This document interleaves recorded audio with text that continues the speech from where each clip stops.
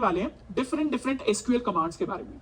तो अभी हमने बेसिक देख लिया कि एसक्यूएल क्वेरीज कमांड्स काम कैसे करती हैं, हमने ये समझ लिया डेटा टाइप्स क्या होते हैं। अब जितनी भी हमारी एसक्यूएल की क्वेरीज होती हैं, जितनी भी हमारी एसक्यूएल की कमांड्स होती हैं, उनको हम 5 डिफरेंट टाइप्स के अंदर क्लासिफाई कर सकते हैं। अब ये थोड़ी सी थ्योरी है, इसका प्रैक्टिकल इतना ज्यादा यूजेज हम नहीं देख रहे होंगे, पर क्योंकि हम एसक्यूएल के ऊपर एक अच्छी कमांड लाना चाहते हैं तो हमें बेसिक आइडिया होना चाहिए कि कौन कौन से टाइप की एसक्यूएल कमांड्स हम पढ़ने वाले हैं। सबसे पहला टाइप होता है एसक्यूएल कमांड्स का डीडीएल। इसकी फुल फॉर्म होती है डेटा डेफिनेशन लैंग्वेज।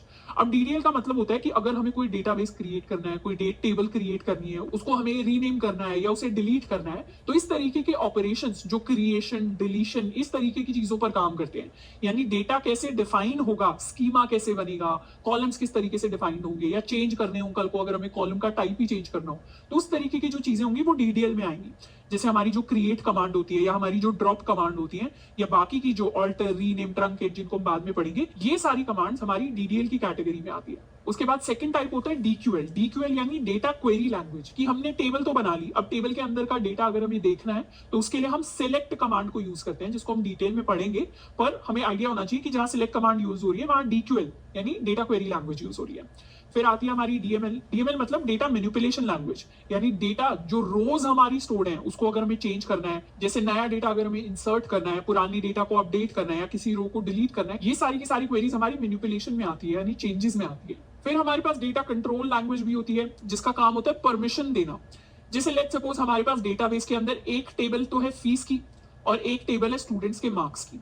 अब हमारे पास कॉलेज का डेटाबेस है, उसके अंदर 2 टेबल्स हैं। अब हमें पता है कॉलेज की जो अकाउंट्स टीम है, अकाउंट्स टीम को फीस की एक्सेस होनी चाहिए, और कॉलेज के जो टीचर्स हैं, टीचर्स को हमारे मार्क्स की एक्सेस होनी चाहिए। तो उस केस में हम डिसाइड कर सकते हैं कि कौन सा यूजर कौन सी टेबल को देख सकता है, क्योंकि टीचर्स फीस को देखेगा और अकाउंटेंट मार्क्स को देखेगा तो उस चीज का ज्यादा सेंस बनाएगा नहीं।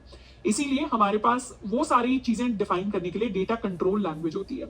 उसके अलावा एक ट्रांजैक्शन कंट्रोल लैंग्वेज भी होती है, जो ट्रांजैक्शन, कमिट्स, रोलबैक्स के साथ काम करती है, पर ये थोड़े से एडवांस डीबीएमएस में आ जाते हैं, तो इन पर हमें इतना ध्यान अभी के लिए नहीं देखना। मेजर जो हम क्वेरीज कवर करेंगे, मेजर जो हम चीजें कवर करेंगे अपने एसक्यूएल के अंदर, वो हमारी डीडीएल, डीक्यूएल और डीएमएल से रिलेटेड होंगी।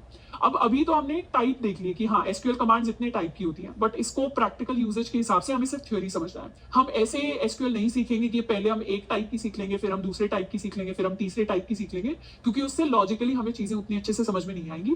हम एक लॉजिकल तरीके से अपने एसक्यूएल को सीखेंगे, यानी जैसे हमने पहले डेटाबेस को बनाना सीखा, फिर हमने टेबल को बनाना सीखा, फिर हमने टेबल के ऊपर 1-2 ऑपरेशन करके देखे, तो वो ज्यादा लॉजिकल तरीका है अपने एसक्यूएल के साथ काम करने का। तो इसीलिए हम उसी फॉर्मेट में चीजों को सीखने वाले हैं। ये सिर्फ एक्स्ट्रा चीजें हैं जिनको चाहे आप तो आप अपने नोट्स में लिख सकते हैं, नहीं तो हमारे नोट्स